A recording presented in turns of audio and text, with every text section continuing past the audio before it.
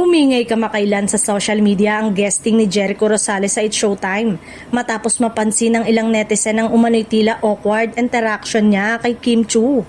Ayon sa mga kumakalat na video clip, hindi raw nabeso ni Jericho si Kim at maikli ang naging sagot niya sa tanong tungkol sa pelikula nila ni Ann Curtis na agad nag-viral at pinag-usapan ng fans. Marami ang nagtanong kung naimbiyerna o naggalit si Vice Ganda sa pangyayari.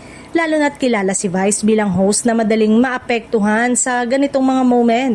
Subalit sa kasalukuyan, walang opisyal na pahayag mula kay Vice Ganda na nagsasabing siya ay galit o hindi natuwa sa guesting ni Jericho. Pinananatili lamang niya ang profesionalismo at magandang daloy ng programa. Ipinapakita rin ng mga obserbasyon ng netizen na posibleng na-misinterpret lamang ang kilos ni Jericho. Maikli man ang kanyang sagot, maaaring ito ay dahil sa bilis ng live segment o sa paraan ng kanyang pagpapatawa. Ang ilan pa ay nagsabi na normal lamang sa mga live shows ang ganitong maliit na misunderstanding.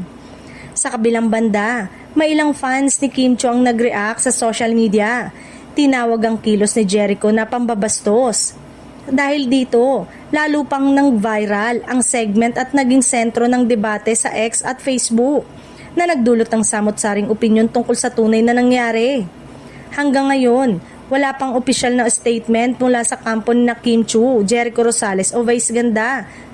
Patuloy na binabantayan ng publiko ang sitwasyon at malinaw na nananatiling professional ang buong hosting team. Maraming netizen ang naniniwala na normal lamang nangyari sa live TV at mas mainam na maghintay ng klarifikasyon bago magbigay ng konklusyon.